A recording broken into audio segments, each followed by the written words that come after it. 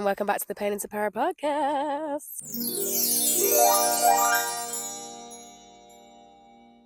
Okay, so I kind of wanted to briefly go over. So I recently made a video called masculinity and and survival, because I was grappling with my own kind of like trying to release basically this need to always have like something stable, something, I'm trying to learn how to live in the feminine.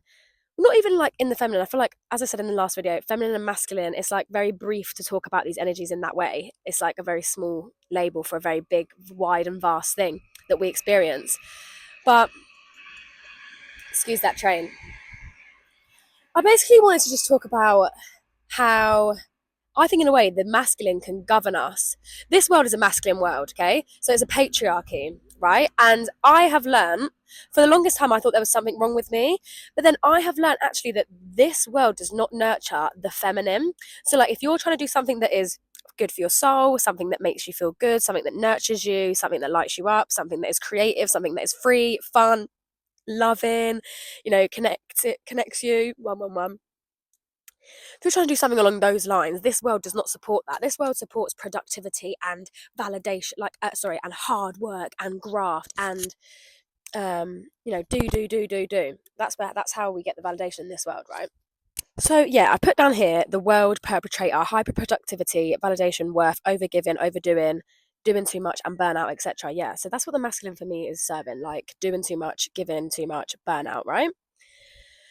And I've had my own experiences with my own protector, like my masculinity within me as well, because we all house like both masculine and feminine, both light and dark energies, right? And so my masculine has always like protected me as like a self-care mechanism, as like a self-protection mechanism of like always doing. So I didn't have the time to stop and think and have to feel things like, be in that feminine energy and be in that water energy and being in that emotional space. I was always more kind of in this performative, action-based, do, go, hyper active, hyper, that was my masculine, and it served me for a long time, and I actually thrived in it. It's how I decided I was going to cope with I suppose like little me in a way. I had a bit of a recently where I was like, I had a bit of like a trauma release, like a proper ugly one of them trauma releases, right? And I realized that, my inner child decided to be brave and decided to be, thinking about it now, my inner child was so brave, decided that she was going to turn up and put, okay, maybe she was performing, or no, I wasn't even performing because I was always myself. But like, I don't know, it's just funny how my inner child decided, I'm not going to let any of this stuff like sort of like keep me down or like limit me or anything like that. Like, I'm still going to let my heart run wild and I'm still going to dream crazy. I'm just going to go so that I don't have to feel any of the things that are actually quite painful to me. I think that's just something I naturally kind of adapted. Like, as you do, you adapt to a thing. It's a survival thing, right? And I think that I actually wrote down here about survival because this is the thing, masculinity and survival. So it's come through again. It's like what we have to do to kind of just survive. Like if we want to put a roof over our heads, if we want to eat food, we need to go to work, which is a very masculine way of turning up, and receiving the validation that is the money you earn, or, the respect you earn for working so hard, or whatever that is, right? Or the way that makes you feel accomplished that you did the work and you're working hard, right? So what happens is you become so comfortable with giving and over giving, right, that you do not then know what it looks like to give that same effort and energy and hard work to yourself. And this is what my whole journey's been about. This is what all the hard work I've been pouring into me for once. It's actually uncomfortable, and you'll find that as you go on that journey, it is actually uncomfortable. It's something like I feel like I've had to learn, because we don't get taught how to look after ourselves. We don't get taught how to pour into our own cups. We are literally morphed from children in the education system. How can we serve the system? We are morphed into that version of ourselves. How can we best serve the capitalist patriarchal system, right? So women are oppressed because femininity is powerful. So that is oppressed. Creativity, that is oppressed because that does not make sense in a capitalist world. We don't need creativity. We need productivity. We need, consumption. We need, yeah. So that is how we are bred to be in this sort of like, I feel like I keep using the word masculine just because it's like people know what I'm talking about when I suggest that, but actually, that it's bigger than that, right? And I'm not just using think of it less as gender and more as like energy, right? Or more as like some sign of this kind of like binary polar. It's like a polar opposite. It's a binary. It's a zeros and one. It's a binary. It's a black and it's a white. Rather than like we know it's a rainbow. We know it's a rainbow, yeah. But this is just for this purposes of this point that I'm trying to make. So yeah, I put so good at giving and comfortable so good and comfortable at giving, but no idea how to be in a receiving, free-flowing, feminine energy, a gentle, slow, present, easy vibe. Yeah, like I keeps coming up. I don't know how to rest. Like I'm even yesterday. It's like I cannot let myself. But the thing is, this is like I don't know if it's the ADHD in me or what, but like I think my ADHD is a nervous system thing that has stemmed from childhood. I think, but anyway, I think ADHD is interesting to me. But anyway, I just feel like it's that masculine again that's coming in. I'm not even masculine, but it's that part of me and again that's like coming in like, oh wait, do I not have a million things to do? Do you not need me to like crack all these codes, or do you not need me to like turn up in all these ways and like be this functioning member of society? Do you not need me to do this? Hang on. What do I do? What do I do now? My masculine is sort of a little bit like that now, because my feminine is like, well, no, I'm taking over the show. We're doing free flowing activities, Chloe. We're going out into the nature and bringing your camera out and having a little chat and a giggle. We are just going for a cacao walk. We're ordering hammocks on Amazon and going to swing in the trees with your friends. Like, we are creating from a place of passion and purpose rather than turning up in the world in a way that benefits the capitalist system and this sort of version of me that feels as though I am only worthy if I am, turning up in this way, or I can only survive this way. The universe has shown me, when I quit my job halfway through second year, like the universe has shown me that you do not need to work in order to survive, because I'm lucky, obviously, that I have support, but like, girl, I am just getting by a thread, to be honest, but I'm taking that risk because in me, if I tap into the feminine, or if I tap into the, let's say less masc femme, let's actually say like sort of 3D human, and then sort of higher version, a sort of soul version of ourselves, okay? Because it does feel masculine and feminine in that way, but actually I think what I'm talking about is the 3D human experience, and the human and the human that experiences things, and then the soul that is observant, or the consciousness that came down here to pursue whatever the mission is. So that's the mission. Yeah, just gotta check this microphone's not dead. Yeah, and then I put down here, freedom is uncomfortable for all of us. Because period, right? Freedom is uncomfortable for all of us. We do not know what that looks like, and God forbid we give ourselves permission to even do that in the first place. We do not feel as though we have the permission, or we are worthy enough to do such a thing, right? To choose based on what we want to do, not because of, and this is what I'm going to go into, right? Freedom is uncomfortable for all of us. Patriarchy and the war on the feminine. And so this is what it is. This world does not nurture the feminine, or it does not embrace the feminine. It tries to oppress the feminine. And I've written down here, because the feminine is oppressed because it is so powerful. Just like everything that is powerful. So just like colour and culture and queerness, because it is uncontrollable. It is not easy to control, and it is so vast and expansive that for someone that wants control over the masses, or for, someone that wants, yes, little soldier bee, little sheep, if you will. No one wants the sheep to start dancing and creating their own, sheep are supposed to be herded and that's it. Sheep do what they're told and that's it. Right? That's what a leader wants. That's what someone in power who's thirsty for power wants, okay? Not someone that's trying to utilize their power to create purpose and to inspire and love and connect and heal and provide and lead and, there are healthy masculines, or healthy material ways to show up, healthy physical ways to show up, okay? But there needs to be that equal incorporation of the feminine, of the spirit, of the soul, of the divine, like divinity, inner child, purpose, like, what's the word? Not purity, what's the word? Because purity is not the word.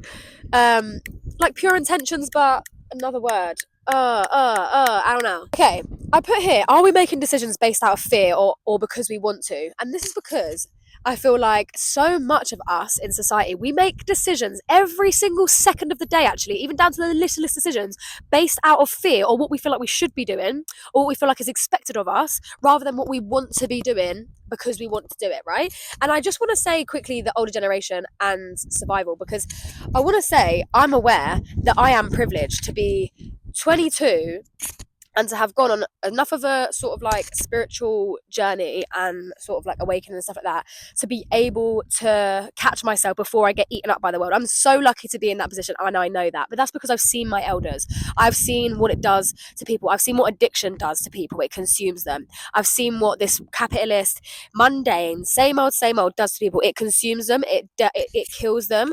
I've seen the brightest lights go to the dimmest of dims. Even my friends now, it's like half of them, they just go into these mindless jobs that they hate, and it's like they're gone, and they just get absolutely obliterated on the weekends, and they forget who they are. And it's just like, I don't even, we all just do these things because we feel like we should, because we feel like we have to, actually. And I want to just say quickly that I am very aware that a lot of people in the older generation have to do what they have to do to survive. Even the people that are in my generation now, like, there's a cost that, like, it is, we have to do what we have to do to survive. And I'm very much like, you know, doesn't mean that life is all fairies and daisies and you can just pick. I know that what I'm saying is not actually doable for everyone. It's not like, it is not actually a privilege everybody has, is to be able to just follow my heart and follow my dreams. But even down to like the basics of saying yes to going somewhere when you know you don't want to go but you feel like you have to, or not pursuing the things that you want to do in your free time because somebody else wants your, sorry, I've got pins and needles.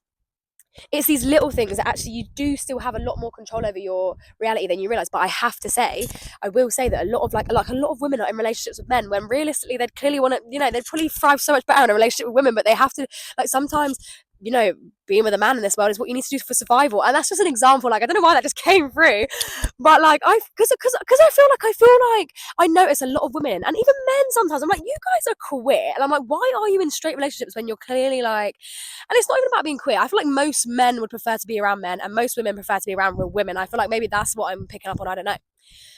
It makes more sense to be homosexual. I'm not gonna lie, guys, but whatever. Like, if y'all want to say that it's heteronormal, y'all want to say that being hetero is normal, then that's fine. I just think it's very limiting.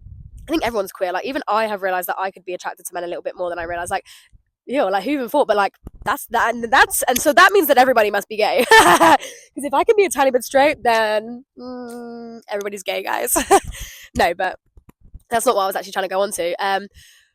No, but I just mean like women having to pick like things that are more for the stability rather than what they want, because we haven't got. It's like there's other things that, like, sometimes we do have to rely on the stability of this and that and the other, or sometimes having kids means that we have certain things, we have to sacrifice certain parts of ourselves and we live our lives for our kids rather than for ourselves. I'm very aware. I just want to say that I'm very aware of that. Okay, but I want this video to inspire you, no matter who you are, to just start living a little bit more authentically and to how you want to live and what you want, whatever that may look like, darling. I'm not asking you to quit your job and go crazy, but or do it, or do whatever works for you. Just start to do little things, like, actually, when someone disrespects you, actually call them out on it, or when actually let your husband take the kids for the day and you go do a spa day or something, babe. Like, or I think this is because it's like, I feel that, I don't know, I feel like a lot of women work endlessly in all different aspects, and nobody even sees that, and we just keep turning up because we feel like we are obliged as the women of society to care and to mother and to, but then also men feel like they're obliged to work and to perform and to have big muscles and go to the gym, and we're all like, it's gender norms is what's killing us, period.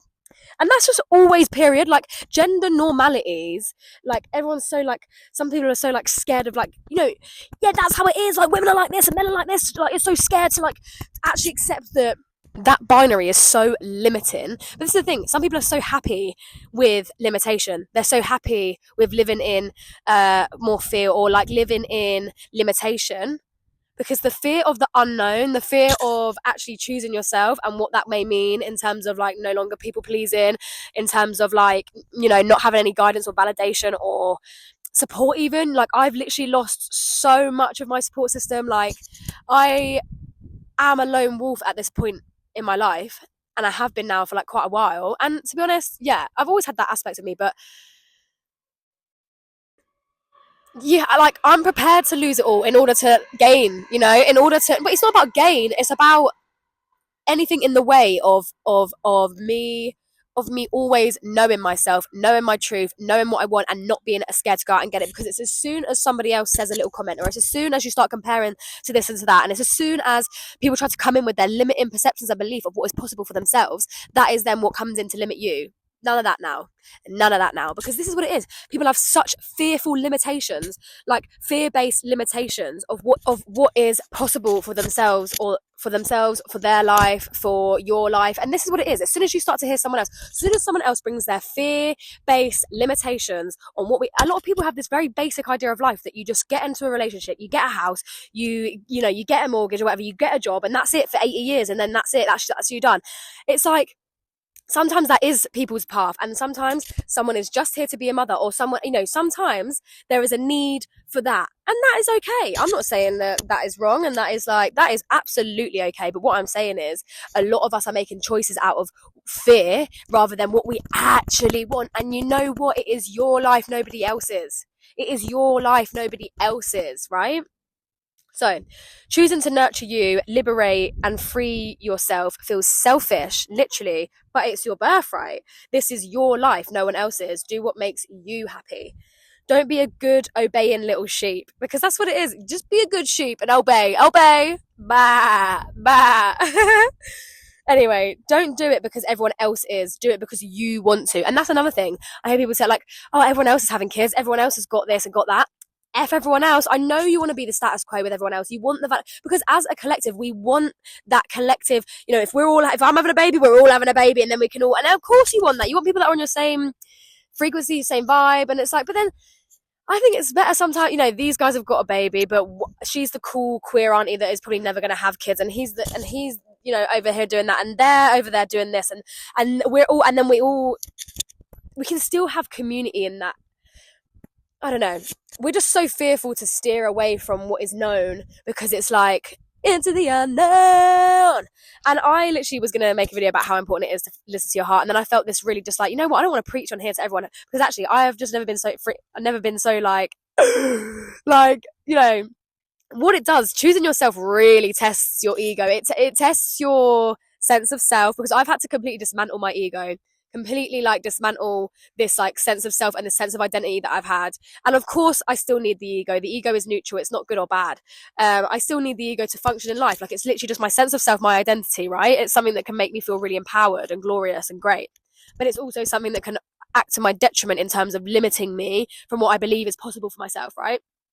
And also I notice that sometimes around other people I tend to make myself smaller, because I've discovered so much of myself, and I'm aware that makes some people uncomfortable, right? Because I'm showing them what freedom looks like, or what self-love might look like, whatever. My expression can sometimes trigger people, but that is simply because we don't dare live for ourselves. We don't dare live for ourselves. And that's what I put here. How dare we? I give you permission to be. I'm just going to end this video on this note, because the sun's leaving and I'd like to get back in it. Oh, I'll give you one of these quick. Wait. Oh, wait, will you be able to hear it? Okay, wait.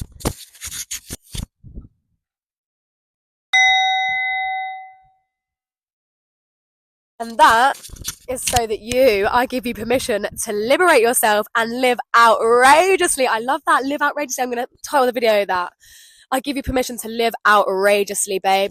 Not because you stop doing things because you feel like you have to, girl. Do it because you want to, okay? And what does that look like for you? What does that mean for you? What does that mean for your life and the potential of your life, okay? I'm aware that not everybody has the privilege, but there are ways in which you can still make those decisions, baby girl. Sorry, and anybody who's watching this, actually, baby person, baby girl, baby girl is universal, okay? It's an umbrella term. I love everyone. Yeah, I give you permission to be outrageous. Please do. Let me know how it goes. Put it in the comments. Always check out the comments, guys, because I always put 3 songs and 3 affirmations in there for you, okay, every week. And I love you the most of all my heart, and you should love yourself the most of all your heart, because you deserve it. Because you deserve it. Okay, I'm going to go now, you guys. Live outrageously. Live outrageously, period. Love you. Oh, and yeah, F this dance on top of the patriarchy and laugh, okay? I dare you. I dare you. Live outrageously. I dare you. Mwah. Love you guys.